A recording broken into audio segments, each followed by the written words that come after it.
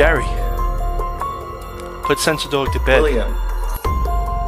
Because I will. Because Dracula's coming on. Bed. Dracula.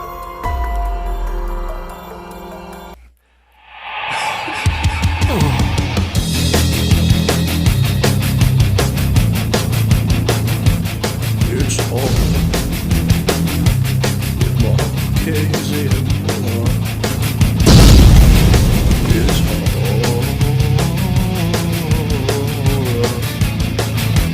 with Marchese and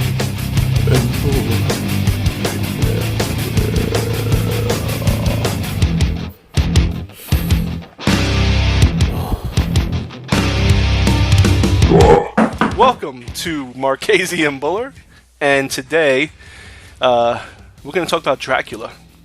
Gary's been watching it. It's on the BBC, and I believe it's on Netflix in the States. And Gary Buller has watched the show, and he's going to talk about the first few... How many episodes are out so far? All 3 episodes are out. There's no more. That's it. Over here, it was produced and made by the BBC, written by a guy called Marchese, who's also been responsible for directing, I think he's done a couple of M.R. James ghost stories, and he's also done a comedy over here that was filmed in the village I grew up in called The League of Gentlemen. It was a bit of a surreal horror comedy, which is really good, and if any American fancy's seen it, that's well worth a watch as well. Is that with Sean Connery? Sean Connery? No, that's a terrible movie. The League of that's the League of Extraordinary Gentlemen. Yeah. The League of Gentlemen was produced by the BBC back in the late 90s, early 2000s, I want to say. Oh, okay. It was a comedy, half-an-hour episode comedy, really funny, really dark, really crude as well. There's a lot of adult references and stuff, but Marchese was one of the guys that wrote that, and he's also the person that wrote this adaptation of Dracula. It's basically just a readaptation of the movie, the original? Yeah, it's something completely new. Benedict Cumberbatch, that's the one. He's the guy, he also played Doctor Strange. But the Dracula adaptation, a bit like Sherlock, is like a clever, sort of smart, alternative version of the original. So it's a proper thinking man's TV show, but at the same time, it's got some really funny bits, and it's got some really horrible bits as well. The first episode, it's one of 3. It starts off as Bram Stoker's Dracula, the book does. Jonathan Harker go into the castle. He meets Count Dracula, who's this old sort of wizened person, and something's happening. Dracula's up to no good, and he gets younger and younger. He comes back, then comes back to England. But the twist in the TV series is that Van Helsing is actually a nun, Sister Van Helsing. There's also like these little wicked moments of comedy. Like one of my favourite quotes in it, and it sounds really cheesy when you just say it, but the way it's filmed's really, really good. He kind of says, "I'm undead, I'm not unreasonable," which I think is really funny. You know, the way they sort of set up. So there's like these little knowing winks at the audience and stuff, but at the same time, it has the same sort of horrific sort of horror feel as a gothic. And that's what I heard. I heard that it was very like graphic. It's very graphic and gruesome, and it brings back the fear of vampires. I think I was reading in an article that the guy who leading this effort, he said something like that if they can do Twilight and bring it to sparkles and all this other stuff, then we're going to bring it back to like gruesome vampires. Yeah, if you could imagine like the Christopher Lee Hammer horror films, but with like a bit of comedy sort of thrown in, not sort of slapstick, but you know, like knowing winks, and with a twist. It takes a couple of things that you know and expect and throws them on the head. Like it asks a lot of questions about why is Dracula afraid of crucifixes? Why is he afraid of the sun? You know, things like that. And at the very end, it sort of proves and disproves some of them. Why does he have to be asked to be let into places? Yeah. So the first episode is basically the Bram Stoker's Dracula movie, but cleverer, with a hint of comedy and sort of just encapsulated in one sort of, I think it's 85-minute long episode, which is almost as long as the movie. I think, you know, it's quite a long TV series. Yeah. The second episode is concerned with how Dracula gets from Transylvania or Romania, wherever it is, on the boat over to England. It lands in Whitby Harbour in England. And in the book, that part of the book is very brief. There's not a lot about what happens on the boat. All that happens is the boat sort of rocks up in Whitby. I think it crashes and against the port, against the dock, and everyone on board's dead. And you never know why. But what they cleverly do in the TV series is in the second episode, it's all around what happens on the boat. It elaborates on what Dracula did, and again, it plays with the tropes and ideas and turns things on their head. And the guy that plays Dracula, I did look up his name actually. I think he's called Claes Bang. Yeah, Claes Bang. Yeah. He's a Danish actor. I've never seen him in anything else before. He does a really great sort of Romanian accent at the beginning, and then when you discover throughout the plot of the program that as he drinks people's blood, he takes on board some of their characteristics and learns some of the things that they did in life. Yeah. So he develops an English accent, and the English accent that he does, you could not tell he was Danish at all. He's a faultless English accent, and he just plays a really good role. And the final episode, once he's in England, there's a twist at the end of the second episode which makes you go, whoa.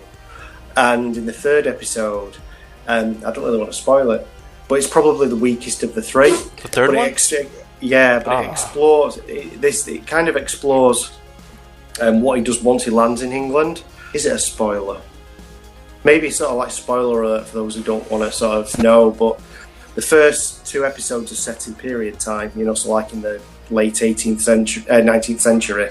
The last one, at the end of the second episode, the boat sinks just before it arrives in England, and it just shows him sort of coming around Dracula underwater, and he sort of climbs out of one of his boxes filled with earth and sort of walks towards the shore.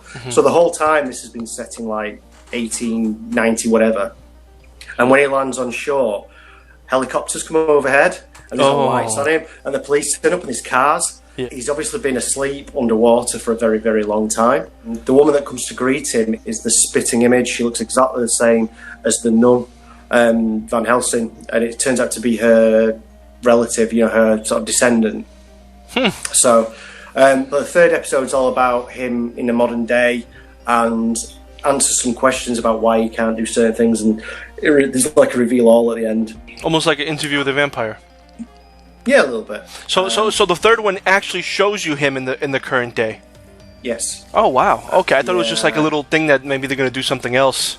Yeah. Oh, okay. And there's a scene in the graveyard where he takes this girl to the graveyard, and is obviously going to drink her blood. And she's been all flirty, and she doesn't mind. She knows that he's a vampire, and she's kind of turned on by the fact that he's going to drink her blood. Yeah. But in the graveyard, he's like, "Can you hear them?" And she's like, "What?" And you can hear scratching and stuff. And he's like, did you know, like, there were 9 people in this graveyard who are semi-turned, in terms of vampires, and they're constantly just trying to scratch out their graves. And there's a little boy, like a ghost, and basically he can see ghosts, and he can give other people the ability to see ghosts. And then it's horrific, and it's sort of heartbreaking at the same time. Yeah. The way he does it with this little boy. But yeah, there's things that, and he plays with the famous line, the children of the night, what music they make. He plays with that line as well in that scene, which is quite good. I'd definitely watch it. Yeah. Everybody out there, what do you think? Do you think that vampires are done with? Do you think that zombies are done with? Or do you think that there is room to bring back the horrific vampire trope? I mean, let us know in the comments below. I have a feeling that Gary wants to know. I think what's really good about this episode, and I'm interested to hear what the viewers think about it, is I like the way that it sort of keeps faithful, really, really faithful to the books to a point, and then, but it's also really funny and really clever at the same time, with lots of twists and double back on itself and stuff like that, and it's really clever. And Gary's a vampire now. Look at his teeth. And we'll see you next time. Children of the night.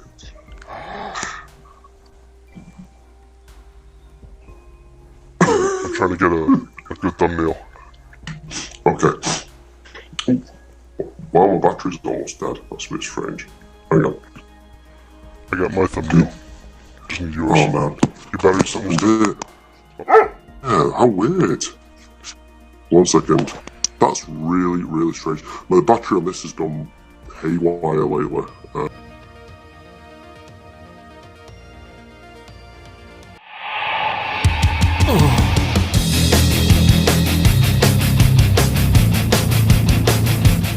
It's all with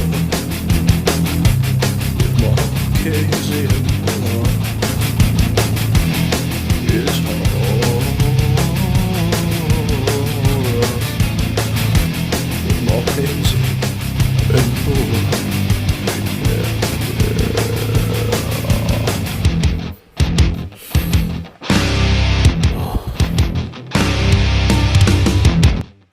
Hey, who's that? Who's that? That's Sensor Dog? Sensor Dog. Sensor Dog. Cheek. Bed. Go on. These beginnings are so... I don't know, man. Exactly. Oh. Yeah, exactly. Yeah. I mean, I'll cut it out, the parts that I need, but I don't want to have to cut the whole show with that freaking thing. Okay, here we go. Perfect. Gary is, you know what? I see something. Give me 1 second. But anyway, yeah, Mark Gatiss and Stephen Moffat, as you just said, also did the Sherlock TV series. But there's, like I said, 1 moment. How old is it? It's the battery itself's about a year old. I have a feeling that Gary wants to know. Oh, I do. And, So, I think that's. Well, I want to know what you think, you bunch of fuckheads. BBC.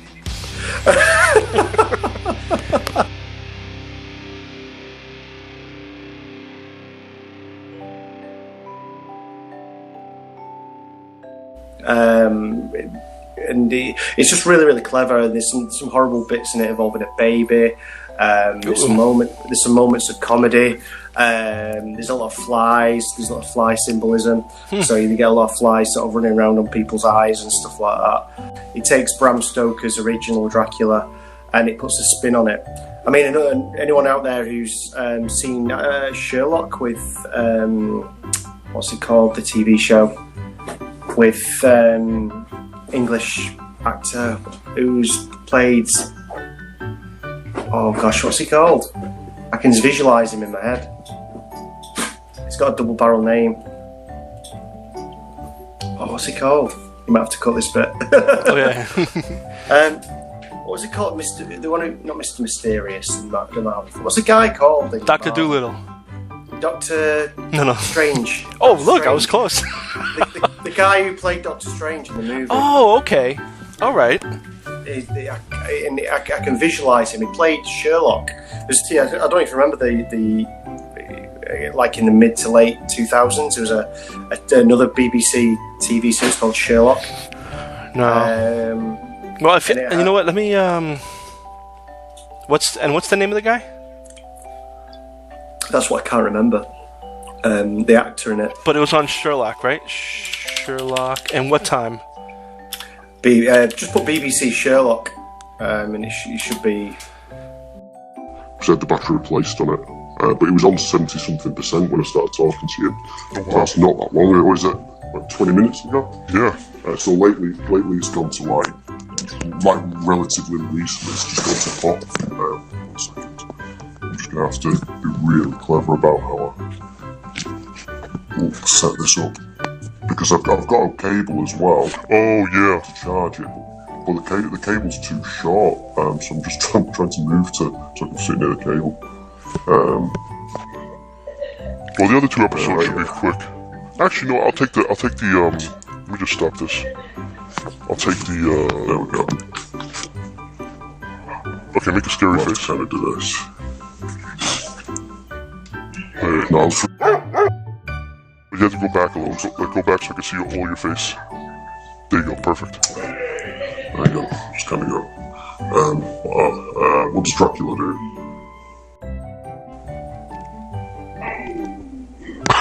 There you go.